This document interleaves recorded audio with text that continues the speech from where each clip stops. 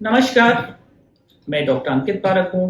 मैं बच्चों का चेस्ट, एलर्जी और स्लीप रिलेटेड प्रॉब्लम्स का स्पेशलिस्ट हूँ children's chest clinic new Delhi में और BLK Max hospital Pusa road new Delhi में। जिन बच्चों को निमोनिया की शिकायत होती है उन बच्चों में हम एंटीबायोटिक्स देते हैं और यूजुअली बच्चे 5 से 7 दिन में बेहतर हो जाते हैं।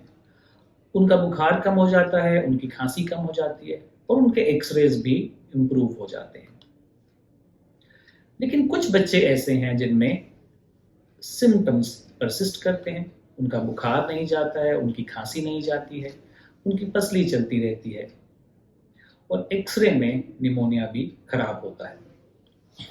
इस सिचुएशन को परसिस्टेंट निमोनिया कहते हैं।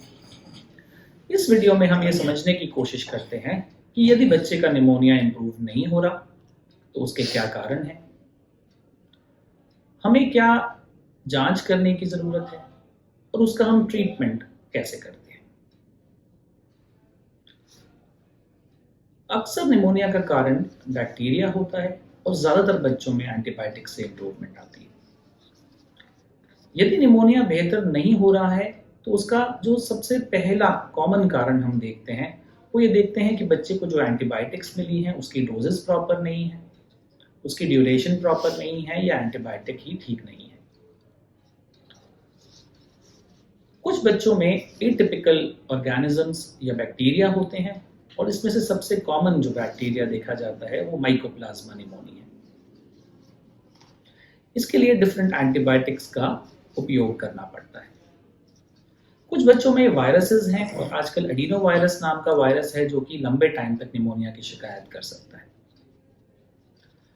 इंडिया में ट्यूबरकुलोसिस भी या टीबी भी एक बहुत ही कॉमन कारण है जिस कारण से बच्चों को लंबे तरह से बुखार आता है, खांसी रहती है और उनको निमोनिया की शिकायत रहती है। इंडिया में अभी भी ट्यूबरकुलोसिस एंडेमिक है। इसके अलावा निमोनिया के और क्या कारण हो सकते हैं? कुछ बच्चों में फंगस के कारण भी निमोनिया होता है लेकिन ये बहुत कॉमन नहीं है। फंगल निमोनियाज उन बच्चों में ज़्यादा कॉमन होते हैं जिनको इम्यूनिटी की कमी होती है। ये अलग तरह की बीमारियां हैं जैसे कि common variable immunodeficiency, X-linked A gamma globulinaemia. इस तरह की कुछ और बीमारियां भी हैं जिसमें बच्चे की इम्यूनिटी लेवल्स कम हो जाते हैं और उस कारण से निमोनिया बेहतर नहीं होता। इन्फेक्शन के अलावा भी कुछ कारण हैं जिस कारण से बच्चों को निमोनिया रह सकता है। कुछ बच्चे हैं जिनके सांस के रास्ते में कुछ चीज़ फंस जाती है। कई बार वो मूंगफली का पीस, चने का पीस होता है। इस चीज़ को फॉरेन बॉडी कहते हैं। कुछ बच्चों में लंग्स के अंदर सिस्ट होती है, गठान होती है।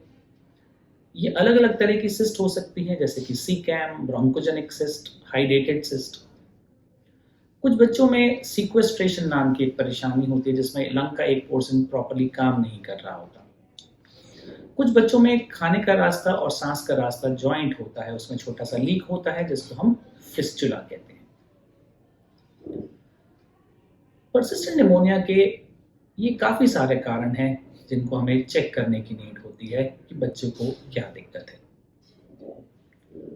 जिन बच्चों को परसिस्टेंट निमोनिया की शिकायत है उनमें हम कैसे डायग्नोसिस बनाते हैं, उसका निदान हम कैसे करते हैं, उनमें हमें क्या जांचें करने की ज़रूरत है। जब भी ऐसा कोई बच्चा हमारे पास आता है जिसको निमोनिया की शिकायत है और वो बेहतर नहीं हो रही तो हम सबसे पहले उस बच्चे को डिटेल में एग्जामिन करते हैं और उसकी पूरी केस हिस्ट्री डिटेल में देखते हैं। उनके पुराने एक्सरेज को सीरियली देखा जाता है और उसके बाद हम ये डिसाइड करते हैं कि हमें इनमें क्या फर्दर इन्वेस्टिगेशंस की ज़रूरत है। ये इन्वेस्टिगेशंस हर बच्चे के लिए डिफरेंट रहती हैं और केस टू केस बेसिस पर ही डिसाइड होती हैं। सबसे ज़रूरी इन्वेस्टिगेशंस जो हमें करने की आवश्यकता पड़ सकती है उसमें CT स्कैन है जिससे कि हम लंग्स को बहुत ही डिटेल में देख सकते हैं। कई बार हमें सांस के रास्तों को अंदर से चेक करना पड़ता है बहुत ही एक पतले एंडोस्कोप से। इस प्रोसीजर को ब्रोंकोस्कोपी कहा जाता है।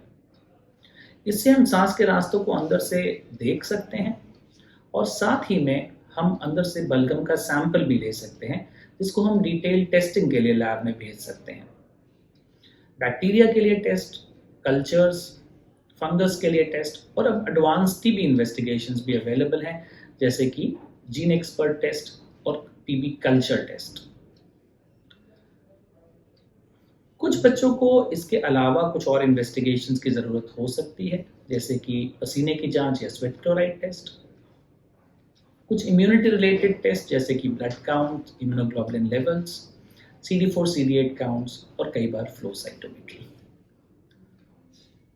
तो यदि आपके बच्चे को निमोनिया की शिकायत है जो कि इम्प्रूव नहीं हो रहा है, तो आपको एक पीडियाट्रिक चेस्ट स्पेशलिस्ट या पल्मोनोलॉजिस्ट से ज़रूर संपर्क करना चाहिए, ये जानने के लिए कि बच्चे को क्या दिक्कत है, उसका आगे कैसे ट्रीटमेंट करना है, क्या जांच करनी है। धन्यवाद।